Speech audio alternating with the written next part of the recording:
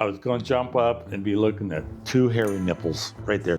I looked at the wristwatch because I wanted to know what time of the day I was going to die. I'm going down to that ranger station. I'm going to kick the door and go, hey, why are you hiding this from people?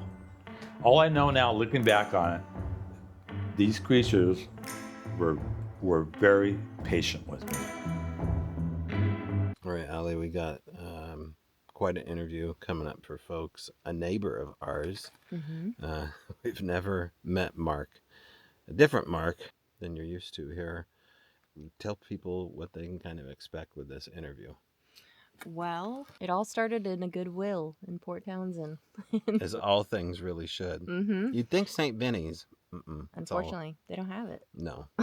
I wish they did. So it was Mark's wife, Yeah, Amy, that we met in Goodwill. Who didn't go on camera, but she's there with us. Yeah, super sweet. She recognized us from YouTube and told us that her husband was like a longtime experiencer and had incredible stories to share. And one thing led to another, and today's interview is kind of the result of that. And it gets mostly into a cabin that he has in eastern Washington, and kind of the one that shook him to his core the most. So yeah, it'll explain why we are where we are right now, and we'll get into that after this interview. So because eventually there may be a part 2 where this cabin is. yeah. And it's a real moment in this guy's life, Mark, and we hope you enjoy this this first for him. Really is. Yeah. All right, well, Enjoy. Without further ado, here is our new witness, Mark. Okay, we're here with Mark Stewart and his home and his lovely wife, Amy. Mark, you have a story, a Bigfoot story. You're an eyewitness to the phenomena, which sounds like it's been since 2002 time frame. That was my first eye-opening encounter to these things, yeah. Okay. So I've seen them since. You're here outside of, we'll just say outside of Port Townsend, Washington. First of all, have you ever told anybody your encounter before on camera? No. Okay. And do you feel like you're ready to tell everybody about your experience? And if so, why?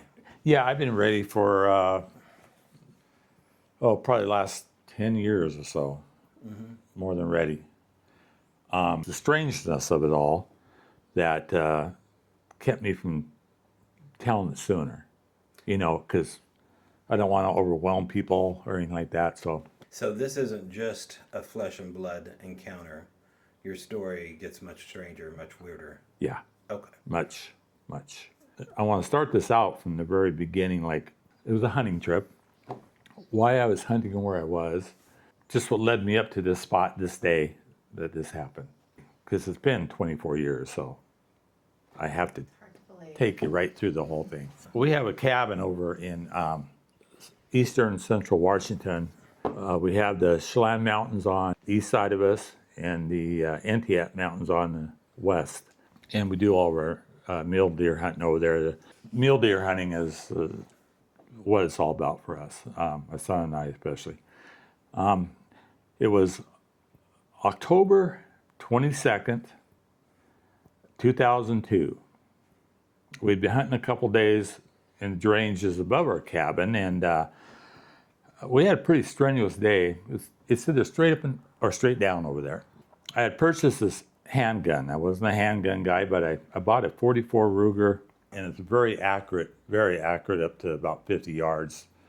I took it over with that year and thought maybe if I get in a certain predicament, I would hunt with it. We kind of discovered this area over there, I don't know, probably in the early 90s, I guess it would be. And partway up there, there was always a spur road that went out to the side of the mountain and it had a gate on it. And it was always shut. Figured it was locked. Well, one day we were coming off the mountain, we see somebody opening the gate and driving out. Well, come to find out, this road went back in there, probably 16 miles. There was 3 old guys. Their nephew hunted back there, and the The old guys had been there since the 50s hunting it, and they would go in there and they would just shut the gate behind them, and then nobody knew. And the road wasn't very drivable. It was overgrown, manzanita, peg alders, stuff like that. If you liked your vehicle, you didn't want to drive it in there. We had gone in there, I think the first time, it happened to be in my pickup, and we had come off the top of the mountain and we saw all this happen and go, hey, that gate's unlocked. Let's go check it out. There's a hunter coming out there. So we drove back in there and we're exploring it. We go way to the very back. I see movement and down through the timber, and I see deer running wide open, and I thought they were going to jump on the hood of my pickup. And their tongues were hanging. They're frothing at the mouth. It looked like they'd been pushed a long time. And it just baffled me. I think we counted 18 does and yearlings in a panic. And they got coming off this bank, and the lead doe saw my pickup right last minute, and she turned, went side hill, and they all followed. Like I say, they were frothing at the mouth, and I'm going like, why, what would be doing this? You know, if there's a cougar up on the mountain somewhere, it's probably already caught the last one in line and is eating it. Why are these animals panicked, you know, like this? And I just never forgot about that spot.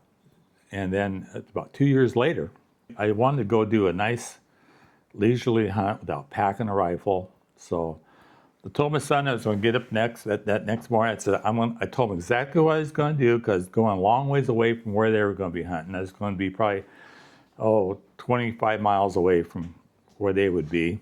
And I didn't know if I'd even be within radio contact or anything. So I told them exactly what I was going to do. I was going to go back to the same spot between these two forks, and I was going to go up the side of the ridge of the other fork. I just took my handgun. The weather had been great over there. Cold at night, probably in 20s, and then it warm up pretty good during the day. So I dressed lightly. I took enough survival stuff in my little day pack. If I had to spend the night, I could. I was going to use the creek for a reference. I was going to stay to where I could barely hear the creek. The creek would be on my right, all the way up. If the air had to come looking for me, follow that path. Go. You can't hear the creek, move down. I'll be on that path. And I'll go till noon, and I will turn around and come out. I said I should be back to the cabin by 5 o'clock. If I'm later than that, don't worry about maybe 10 o'clock. You might want to come looking for me, you know. Probably left about 5:15 in the morning, maybe. I don't know what it was. I get there and it's still dark. I threw my headlamp on. I didn't go very far, and I got in so much deer sign I just couldn't believe it. This weird stuff started happening. This stuff doesn't normally happen. I'm walking along, and I'm on the side hill, climbing pretty good. I'm in the timber. I see something right here next to me, and turn, and there's a little small buck bedded underneath a tree, and I could almost reach out with my finger and touch it on the nose, and it's froze. Like deer in the headlights, looking at my little spotlight, just froze. And I made some comment to it like, you better not show up here in a couple more years, you know. And it was really weird. Never had that happen before. And I would go a few more steps, and then there's an explosion right above me. And I look, and there was two does bed not too far from, a little further up, and they blew out of there. Startled me.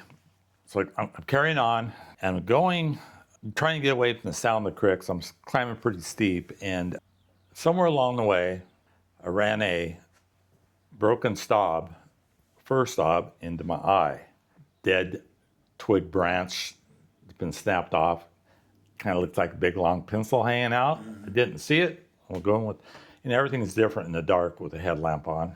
I thought I poked my eyeball, but I feel blood running down my cheek, and I feel and can see the blood puddling up in my eye. So I'm kind of freaking out. Well, it turned out all I did, I just poked the hole through this little thin skin right here in the corner, and it glanced off my eyeball, but it bled like a bugger. So I'm standing there, realized I was going to be okay, got the blood slowed down.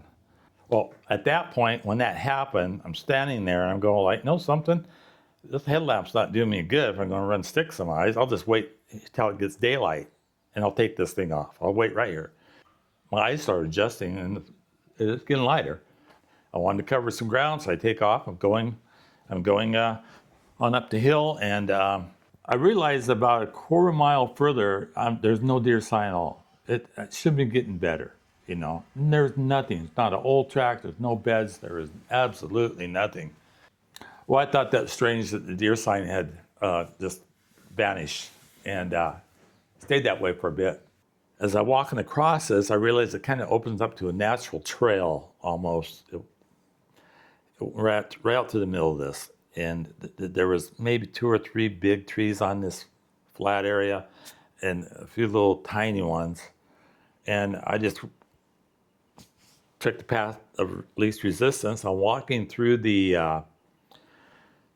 it, and there's 3 little conifer trees, and I'm going to meander through them.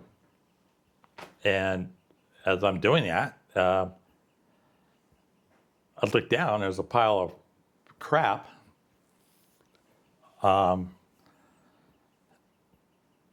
right between these 2 little trees.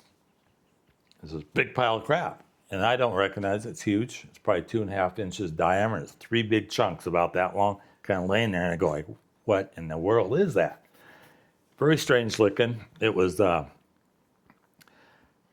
marbled together, kind of a whitish gray, and then maybe a pinkish champagne color, all marbled together, and it looked like it had mold starting on it, but it looked kind of fresh, but it looked like it had mold white specks growing on it. So I took my boot and I rolled one over with the toe, and it looked the same on the bottom as it did on top, kind of shiny, had the white specks on it, and I'm just freaking baffled. You know, I know it wasn't bear. I was on black bear. Anyhow, it was the color of it and texture of it. It's just odd. I carry on, and I don't go very much further, and then it starts to get very weird. And I'm coming up onto, I could tell it's like a finger ridge, like a little, there's a hump coming up ahead of me.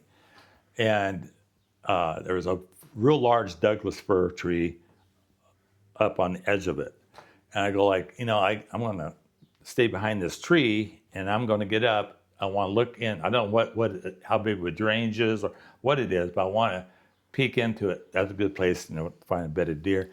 So I walk up behind this big fir tree to look up over this little ridge, and as soon as my head kind of popped up, I get this bang, bang, bang, bang, bang, bang. It was 14 knocks, double sequence, like bang, bang, bang, bang, bang, bang. I couldn't tell if it was 7 knocks with an echo, or if it. And I'm picturing somebody.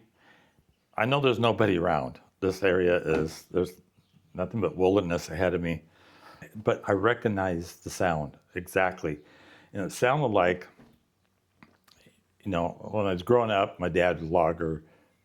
Who cut on weekends. He would cut and split fence posts, sell them to the farmers down in the orchards there in Puyallup. So I was around stacking fence posts all the time, and it sounded like you take an old growth fence post and you throw it. One end hits the pile, other end hits the pile. Knock, knock.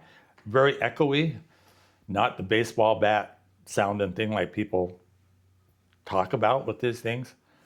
I look to my left, and it's all open in there, really open timber. You can see places 80, 100 yards, maybe 40 yards. I'm in a bigger open timber. I'm looking, and there's a bench. I'm going to drop off to this little bench. It was pristine. It was all packed conifer needles, flat as could be. It wasn't real big. You could probably take 4 of these tables here, put them together, and that was about the area on this bench. And then I could tell there was a very prominent trail coming out the other end.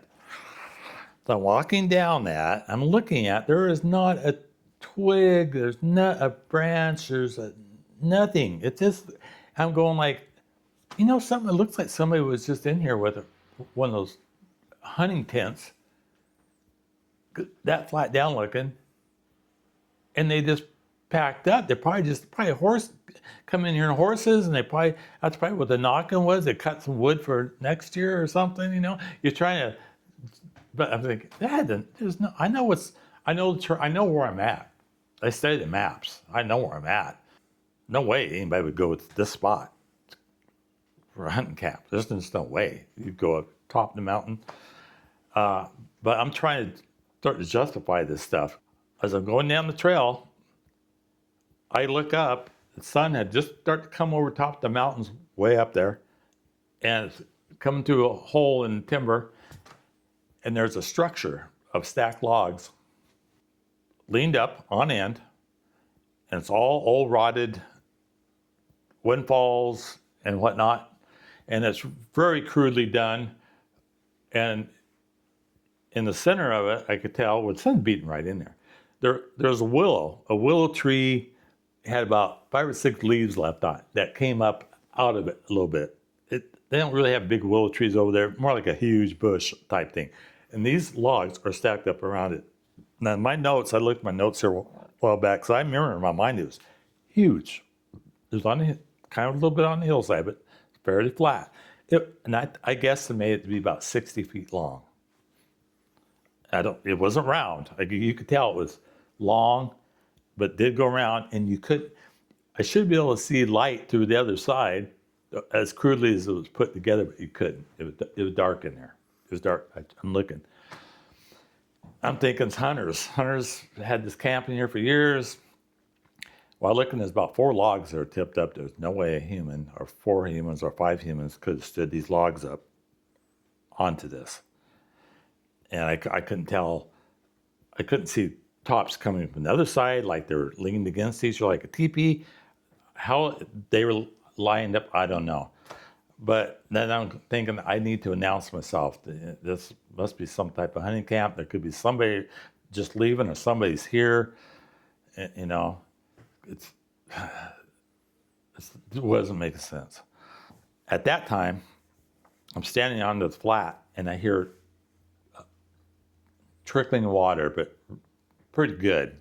I'm far enough away from the creek that a lot of places I can't hear it all. Some places faintly. But this is right here, just trickling water. So I'm on this flat area now. I look down.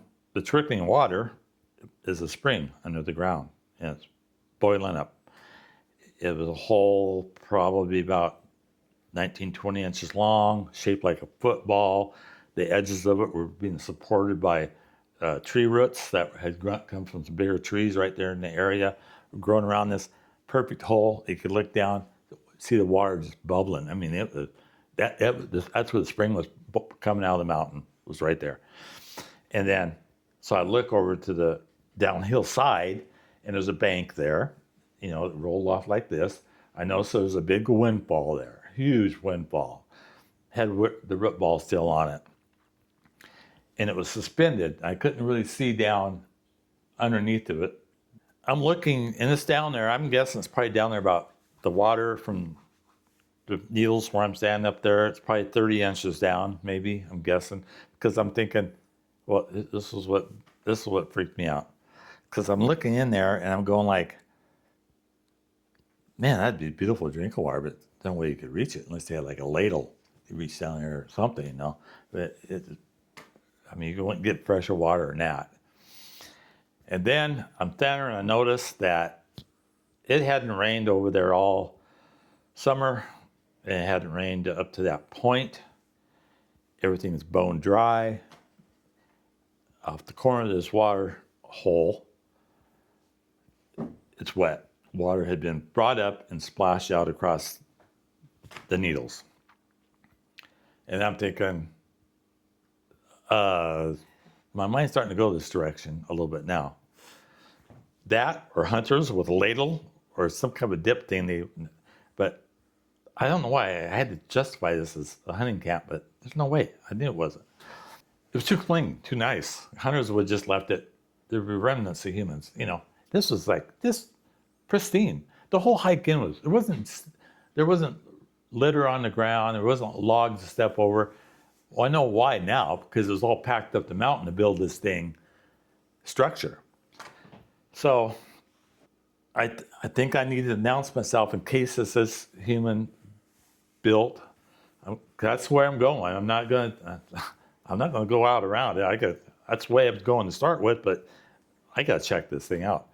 And as I'm looking at it, I look down to the left, downhill end of it, and there's a doorway. It's not directly facing me. I'm looking at it. You can see there's an opening like this. It's only about 5 feet tall, maybe. And I'm guessing probably, you couldn't really tell because it's at an angle from me, but I'd say it's probably 5-6 feet wide above it, down alongside of it. And the whole little bug out thing where the door was at was all built out of busted up tag alders, small pine trees, snapped small stuff, kind of stood, woven, and it was the only part of the structure that had 3 logs on the bottom laying horizontally, and then everything else was like this. The other side of the door had 3 logs laying horizontally and had all this small trees kind of jammed in. It was the crudest looking thing in the world. It was just crude looking, and there wasn't a hatchet mark, saw mark anywhere on that whole thing. It was just picked up old rotted logs. Man, my wheels are turning. They are really turning. I said, well, I got to announce myself, keep going. But I don't announce myself. I just keep going. And I get onto this pathway. I don't know if you guys have ever been around a dairy farm, but when the cows come to the barn the same way and they leave the same way, over time, they cut a perfect notched trail in. This was what that looked like, but there was no hoof prints. It was just packed down conifer needles. But this thing had been there forever. This thing had been used forever. And it's not like bears aren't drinking it, coming in and drinking out of the water. Hoofed animals aren't doing it because it'd be chopped up. It was just packed. And then that was a real sign that something's off. Once you got past the table part of it, past the spring, that trail just developed, and you can see it plain as day. Along the edges of it, there's knick-knack, and it'll grow in the forest. It'll grow, and it doesn't usually get taller than about 4 or 5 inches tall. Got leaves on it like a huckleberry bush, and they do produce a berry that bears love. You get in these areas, the bear crap is just full of that seed, and I guess they're good for humans too. They got some properties to it. Native Americans use it for medicinal stuff, the berry. It's grown up alongside this trail on both sides. And I'm looking at it, it's also smashed down. It's something that I've been walking on it. The trail's 14, 16 inches wide, the actual pathway. Someone's been walking right along the trail, smashing these down. Fresh, fresh. And first thing I pictured was a human, maybe a mom, holding the hand of a young one, heading to and from the water hole. I don't know, it just popped in my brain. Something is walking right there when it doesn't need to. There's a pathway, right? So I'm starting to put I forgot I was in deer hunt at that point. I'm show investigator. I'm like, wheels are spinning. What the heck, I'm going to head on up to the structure thing, and we're starting to climb, and there's round granite rock in the middle of the trail. It's just like you take about the size of a bowling ball and you cut a third of it off and you stick it in the bank. It was just this nice round granite rock. Well, below that, it was all dirt, no needles. It's like a little dirt slide, no needles. There's a perfect footprint in it. Perfect. I could see every wrinkle on the pads of it. Perfect. It's all there except the toes. The toes had pushed off that rounded rock, and it was going the way it was going toward this structure the way I was going. I put my size 12 hunting boot inside that, just the pad part of it. It was about that wide at the front. Oh no, well, 13, 14 inch, 4 by 14 inches long without the toes. But without toes, it was perfect. I mean, you wanted to cast something, oh, it would, you could see, I guess, dermal ridges they call them, or the pad was the shape of the pad. It was, and then I remember going, holy shit, these things do exist. I remember my heart kind of sank. Holy crap, you know. And I'm kind of gathering myself, and I'm not scared or anything, just inquisitive. I'm still in my detective mode. Kind of stand there and it's like, whoa, this is. I'm starting to think this is kind of cool. And I don't have an exposed gun on me. I got a rib holster, and then I have a fleece zip up over it. The orange hunt vest, you know, dress light. I'm standing there and looking around, and I don't know why this is the strangest thing in the world, but I looked at it as a little tree. It was probably a grand fir tree or something, and it had one branch. I'm thinking, how in the heck is that thing surviving? You know, it's in the shades of all these big trees, and it just kind of caught my eye. I don't know why, really, but I took a couple steps over toward it, and then I'm looking at it and look at the base of it, and here's I guess you would call it a human-sized pile of crap, kind of champagne pink, marbled in with some kind of grays, whitish specks in it, and it looked like, I don't know, looked human, Yeah. you know, build, but I get down and there is a little twig there on the ground. I grab it and I start poking at this, right? And I get a good look. I'm right down in there looking into it. And that stuff is all through it. Those, what I thought was mold initially, specks, it's bone. Chewed up bone, full of it. All about the size of a BB. It's all through it.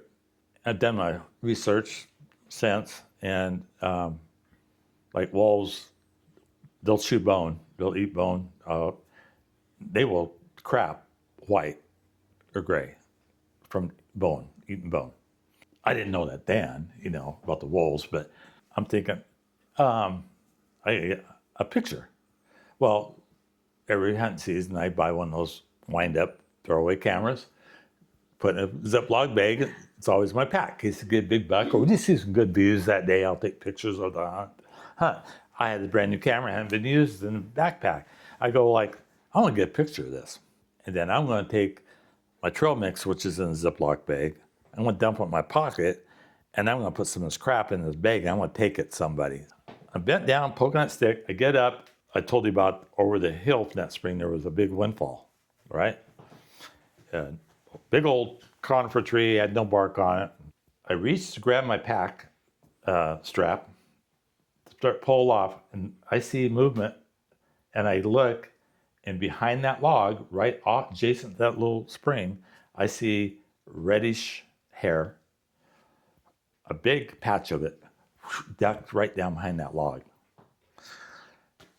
And I'm going, what in the hell is that, you know? Auburny color, right? It was hair. I saw it. It was a flash. I mean, it went down behind that log. Put the pack back on. I walked right down to past the spring, up the trail. And I could see down. I couldn't see all the way underneath this log on the downhill side, but I could see 90% of it. So I just stood there. I thought, could it have been like 4 or 5 squirrels fighting in a ball, and I happened to see him, you know, something like, you're trying to explain this stuff to yourself. And I stood there for over 3 minutes. Quiet.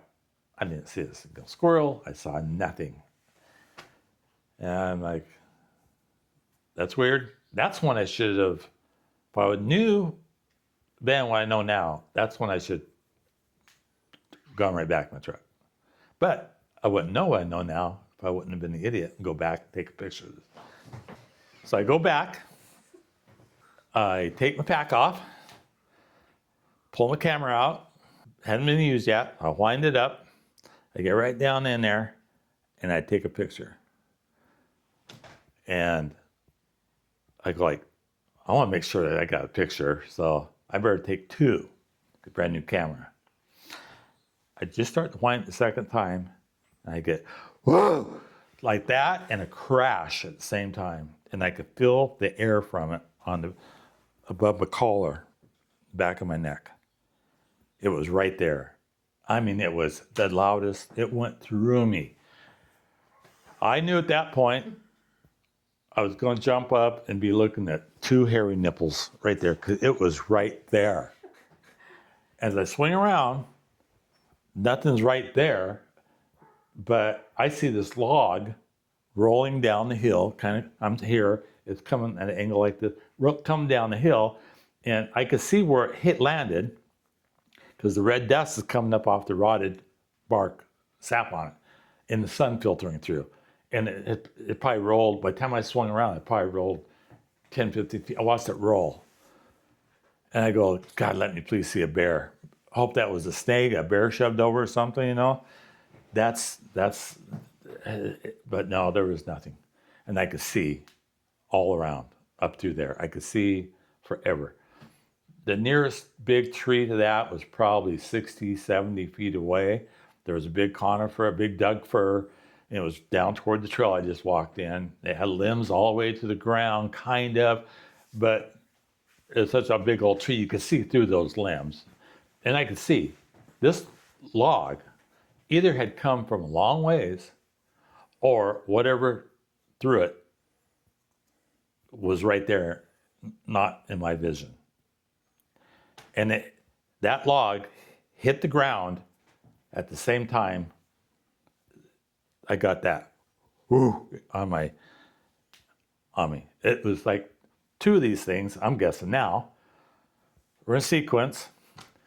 You know, that one that ducked behind the thing, it, I'm sure, was like, this idiot, you know, he's going to, you know, we got to get him out of here. He's like digging through our kids' shit now. I mean, you know what I mean? I could just, so anyhow, it scared me so bad that I got swung around, saw a log rolling. These two squirrels, one of them I saw all day, came out of the little bushes and they went up and they're sitting on that branch right atop my head, just going nuts. The only two squirrels I saw all day. I don't know if they were in that log or the log was rolled across, you know, and they're just barking and I'm watching all this and I can't even get breath out. I don't even remember putting my pack on. I got back to the trail. I finally got out. It was hard to get out. I go, okay, I'm leaving now. I got it out. It was hard. Okay, I'm leaving now, or I'm leaving. And then as I walk down, and it flattens off in the flat spot there by the spring, I unzip my fleece jacket and I unsnap my gun. You know, I thought I was dead. I thought I was going to die, but I wasn't going to go without, you know, an opportunity. As soon as I unsnapped my gun, I was wearing a wristwatch, didn't have a phone with a clock in it. So I looked at the wristwatch because I wanted to know what time of the day I was going to die. That sound weird or what?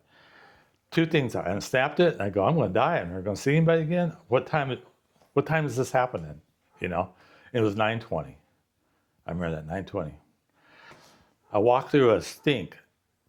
It smells like really bad human BO and skunk. And it was a wall of it. It's about 6 feet wide because it took me 2 steps. 1, 2. No lingering smell once I got through it. It just wasn't there anymore. And that it wasn't stuck to my clothes.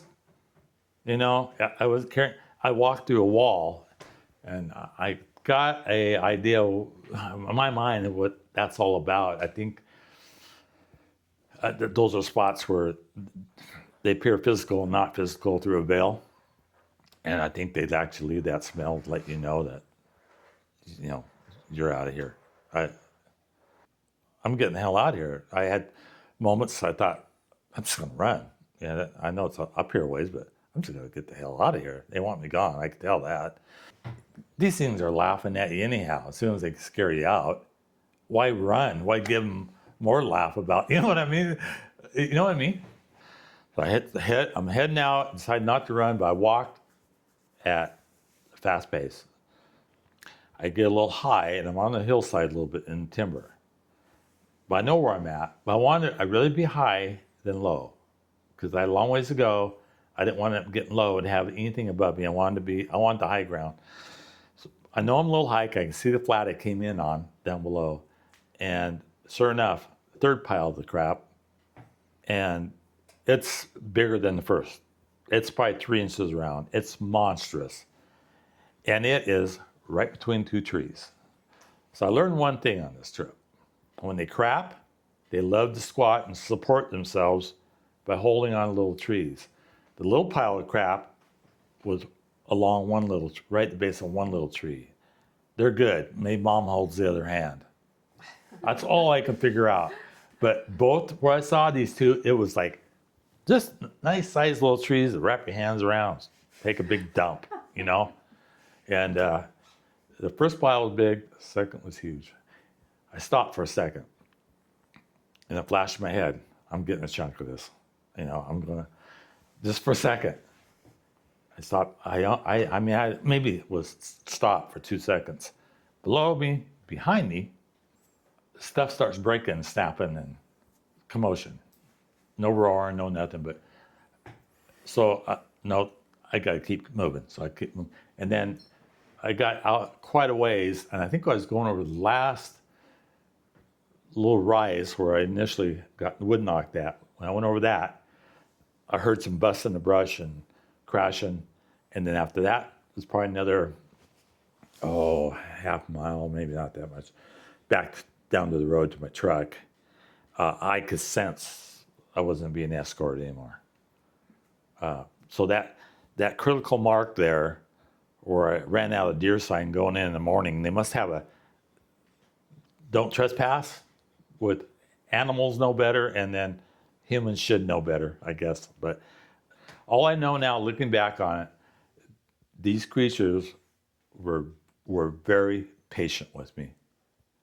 They could have got me turned around. I think the initial wood knocking was to get me to go over the hill that way, because I would have been below the shelf. I would have never known any of this stuff was up here. I would have been going after this wood knocking. What is that? You know, I would end up down the creek. And since then, it just happened maybe 2 years ago. I heard a testimony of a elk hunter in Idaho. Same exact scenario that I just told you happened to him. Only difference was he was hunting downhill. I was hunting uphill. So I get out of there and I go get back to my truck. I had to drive toward all the activity and across that culvert and back out like this. And even when I was in the truck driving, I was picturing big boulders being thrown out of the timber as I crossed that culvert, because I wasn't sure if they were done with me or not, you know. I just, once I got my back to them, you know, back around that creek, then I went into the very pissed off.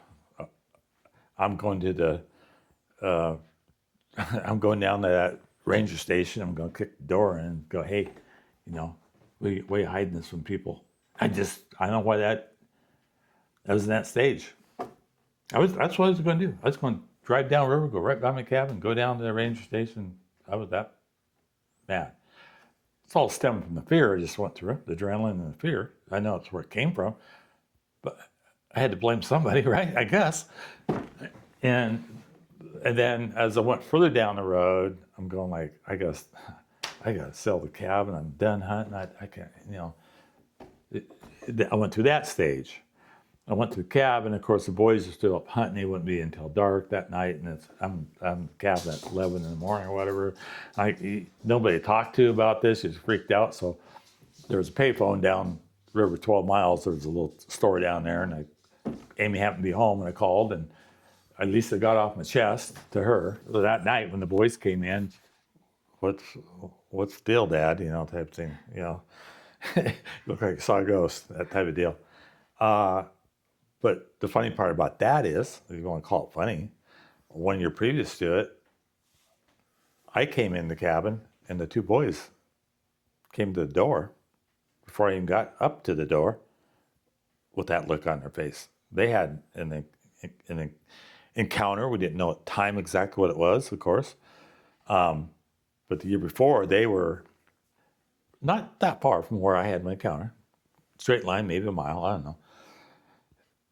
They got that apey sounding roar, came up out of the timber, flushed the doe. A doe would come out into the burned area, and they said it had that apey tone, loud, just had that feeling of pissed off, they said. He's been under those feelings before. He came off a ridge real late at night one time, had to hike out quite a ways, down out of some rock patches up the mountain, and he had this sense that he was being followed all the way down this ridge, and then he could feel it. He said, sometimes I thought I could hear it walking. No, he's totally on board with it. What happens at the cabin? It's been a while. Last thing that happened over there was the orbs. Looked like 4 orbs jumping out of a minivan. That you saw with your eyes? Yeah. This would probably be 5, 6 years after my encounter. We had a neighbor. We have a creek that runs through our front yard property, Mountain Creek. Across the creek, we have a neighbor. When I go over there, I'm by myself. I take one nice dinner. The rest of the nights, I eat like crap. Chili dog, hamburger, what I mean. I got down the cabin early enough to barbecue in the daylight, and it was going to be my steak night. So I put it all together. I go in the cabin, get all plated up, set this big glass of milk down on the table, the coffee table. I'm going to enjoy my dinner. And as soon as I sit down, I think I hear a car. And then I hear car door shut. I go, oh, man, somebody's here. So I took my plate of food and my glass of milk, put it in the refrigerator, and it's our neighbor. He wanted to tell us about what happened to him that winter. They have a hot tub across the creek.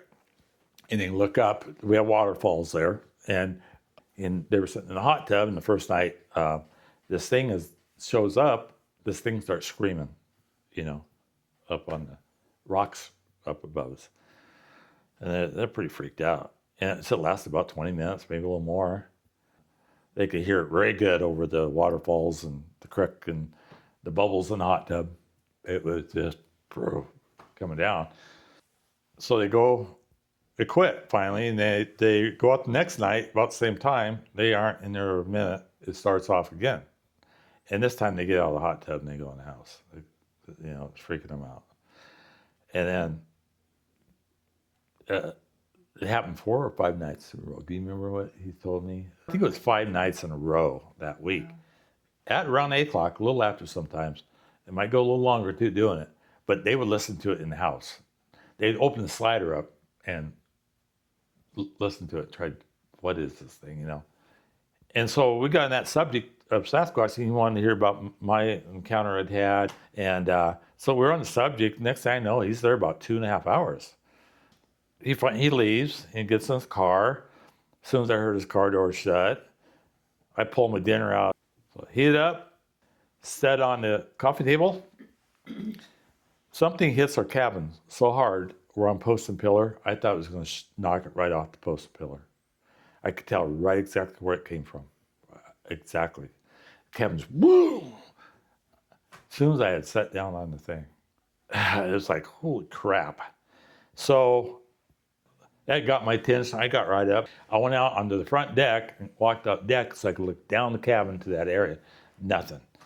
And so then I go get grab my 44, it's at the cabin, put it on, and I walk out back. And as I'm walking out our driveway, and we didn't have much for lights around there at that time.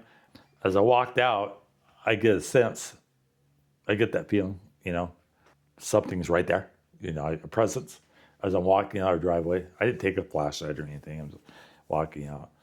And then looking around and start head back, I get up that part of the driveway. They're close to the cabin, and I get that sense coming out from my left side, and I kind of peripheral, I turn my head a little bit, and we got some huge pine trees there. And in amongst these 4 or 5 pine trees, I see this thing. It totally looked like the one that it looked like the same thing I had happen here. I guesstimate be about 9 to 10 feet tall, big, bulky. You could see every outline of it, but it was in the shadows. You know what I mean? It turned and took a step and went over behind the biggest pine tree we had, and I stared. Then I started staring and didn't see no more sign of it. It just kind of melted away right there. No sound? No. But I've had that happen. One walk along the cabin, A-frame, metal roof, not walks right behind you. It did that, and it was very pronounced, and it was walking and knocking. I want to know exactly what we're up against when we are in the woods, especially by yourself way back there. I like to know exactly. My gut says that, well, I know one thing. They want to. I wouldn't have come home that day. That's easy. I mean. So, squeeze in here, Allie. We did talk to you a little bit about this, Mark, and when it comes to what we had in mind for you, it would be the fact that we do have a place nearby here, so it's going to be easy traveling for us, but we did find some interesting trails up there that look like something is coming in and out, a little bit like what you described with the dairy cow effect. Oh, really? We'd have to kind of bushwhack in there, but there's also some large canine prints. And you talked earlier about wolf tracks. Now, I don't know if those are the only tracks that we'll be able to find up there, if they're even still there. We could get back in that area tonight and kind of do a night sit. Amy, you're welcome to come along with us. Thank you. I'm not sure. We'll play it by ear. We'll play it by ear. Yeah. But you're down for this, and Yeah, are we packing or not? Are all these people with you? Crazy. Keep pulling in. So this is like the commuter area where we're at. You know, people drop off their rigs here and take a nap periodically. It seemed like the perfect spot to meet you. But tonight, we're going into a known hot spot, and we're not going to divulge where the area is to anybody. Obviously, we keep that stuff hush-hush, but I know people come from all over to go to the backside of this mountain. You getting the vibe?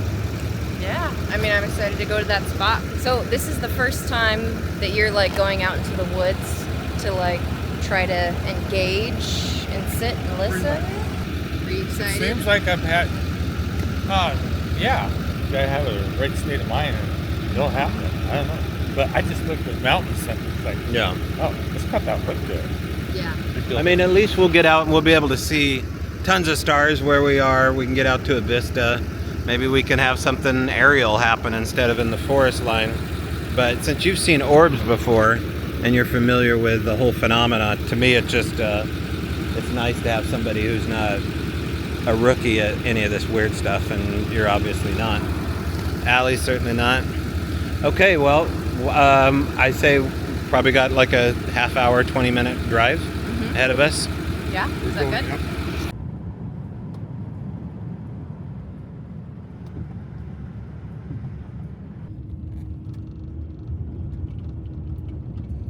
That's no bigger than a cell phone, huh? Is that? It is. Yeah, it's an old cell phone, and then this is just the thermal Oh, camera. that's attachment to it. Yeah. It's called X infrared. And it works pretty well. And you're going to be monitoring the FLIR, and I'm going to record you and Mark, because you and Mark haven't been up here before. You know, Allie knows a little bit about this road, this backside of 101. We mainly just want to go down here and see if we can find these big tracks and kind of document them better. Well, one question I did have was during, I think it was while you were talking about the cabin, and you mentioned something, make sure this isn't a body. Looks like yard debris. You were mentioning something about like a certain phenomena. Yeah, the orbs I saw 2 years ago from my front deck at night, they appeared in the road and went to the timber in the same direction. Almost like there's something down in there. Yeah. And also that was the area where the neighbor across the gal and I, during the day, heard this ungodly roar scream thing. I went and grabbed my 44 and I could tell exactly where it was coming from. And I went through the timber across the property. My son now owns that property, he bought that piece. And I'm making a beeline right for that noise because I almost had like a woman in distress sound in there too, but it was too much. It was just too high. And as I go to the timber, I pop out right where I think I'm going to see something. Neighbor gal, she had heard it too, and she's in her car, and she pulls up and she goes, "What in the hell was that?" And I go, "You tell me. Wow. You tell me." But it's this area. Everything that's the orbs and those things I saw were all headed to the same spot down in the corner. I don't know. I don't know what that means. Wow. Yeah, Okay. so Well, and have you ever seen like weird lights, not orbs, but like in the sky that you might think like, I wonder if that was a UFO? no, not over there. Did the pads have a kind of a diamond shape to them? I'll show you a picture. Because we have wolves are showing up over on the east side over there. I saw little paw prints back there, nowhere near big enough to be a big canine though. You can see there's not a ton of boot prints back here or fresh tire tracks. No, I noticed that. Yeah.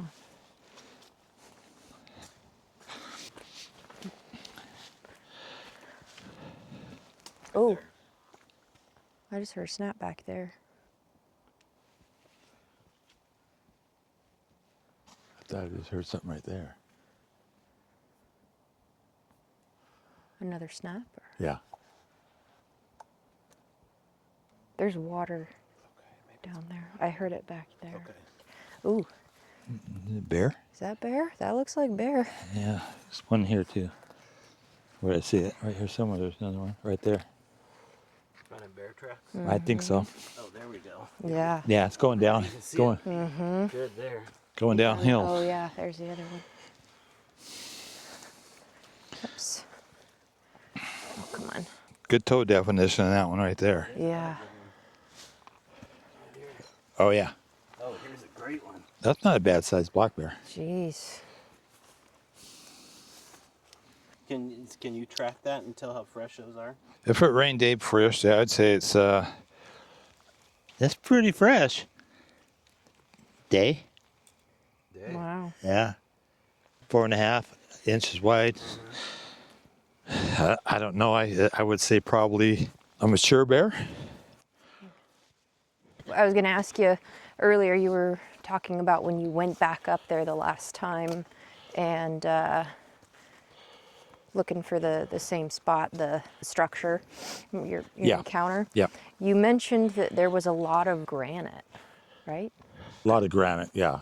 So there Rock. was, mentioning that, it just makes me think of like the David Paulides missing 411 stuff where they talk about like the boulder fields and granite. Yeah. Right? Is that Yeah. considered one of those? Yeah. Like maybe there's some properties to that. geologist I was telling you about I met,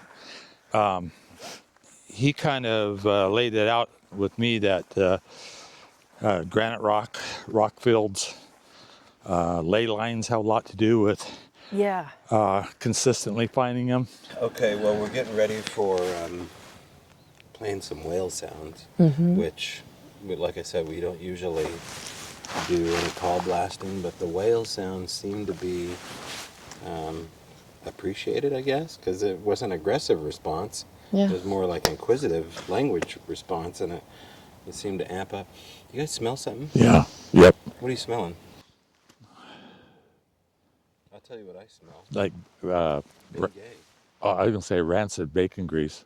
Oh, well, that's different. No, it's a little smell like- mothballs. Mothballs. That's right. I usually have a good sniffer at It it. reminds me of stale malt balls. That's kind of weird. I was going to ask you a question about the fact that, I mean, technically, what do you do for a living? I have an excavation company. You're kind of the first person in to build the roads for things like logging companies, right? Yeah, I was under contract. That would be one of the things. I also do a lot of residential stuff, but a lot of that is a new driveway going in, road going in, clear Yeah. home sites. So places that are usually wilderness and forested, you're coming in and building a road so Yeah, humanity can go back there or a job yeah, can go back yeah, there. yeah, So that could be perceived as something interesting for the Bigfoots for sure, right? Like, because you're providing access to where there was no access before. right.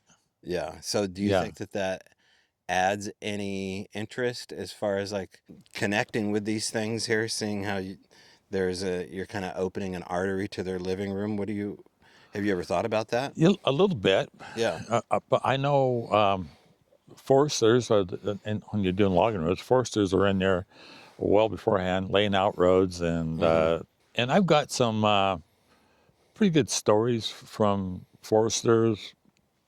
Most don't come out and talk on the Sasquatch subject, but there was one time we were going through. We're down in Mason County. We were going through Huckleberry way overhead, and we were going to build a road and whatnot. And he laughs and says, "Well, at least we haven't run into a Yeti yet." And I kind of chuckled, you know. So the next day we had to meet and look at another job down Mason County, and I brought my laptop with me with these photos on there. And before it was dark, we're leaving the trucks in the morning, and I said, "Yeah, come here. I got to show you some pictures." And I showed him, and he saw it was dark, so they popped out really good, and it freaked him out. He just couldn't Really? believe it. Yeah, it's got good. It's a facial. It's got the eyes, in the whole works, and he just put it away, you know, because he didn't want to know that these things were out there, because he's out there in the woods all the time, you know. He asked you to put it away. Yeah, I thought, I can't look at that, you know. Put it away. Yeah, So not in a dismissive way, but in like it triggered him way. yeah, it triggered him big time. Yeah, yeah. Wow. And to this day, he's retired now, but I run into him a lot, and he remembers that morning I showed him that picture. And Wow. Seems pretty cool. I mean, I know we've heard a couple of snaps here and there, but for the most part, it's right kinda after we got here. Yeah. Yeah. Yeah. Oh, a little warning would be good. Good. Play some whale sounds.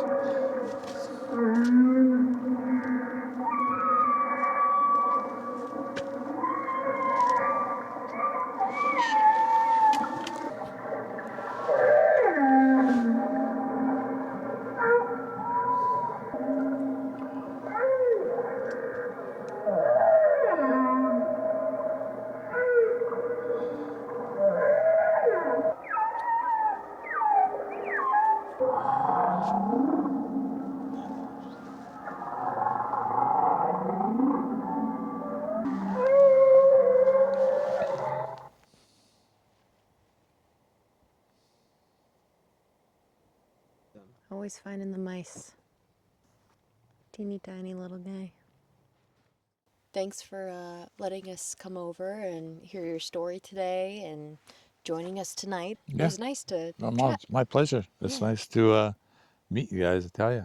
And I got your number now, so Yeah. anything happens, you'll be the first. Maybe we can get you over the east side once too, you know? Yeah, we were talking about, we wanted to ask you if there's like, is there good dispersed camping out there? Or Oh, yeah. like, yeah, Beautiful camp. because it Camping. would be, Right on the river. oh, cool. And we have room on our property too. Okay.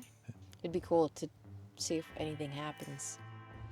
Are you telling For sure. the audience can stay tuned to Mark for part 2? Oh. Part 2. Don't forget to go to olympicstrangedays.com to check out our merch. We have OSD annual field experience tickets still for sale, and our Patreon linked below. I think there's only one final thing to say. You know what our tagline is? No, You just have to say, I'll see you in the trees. I'll see you in the trees. Is that true?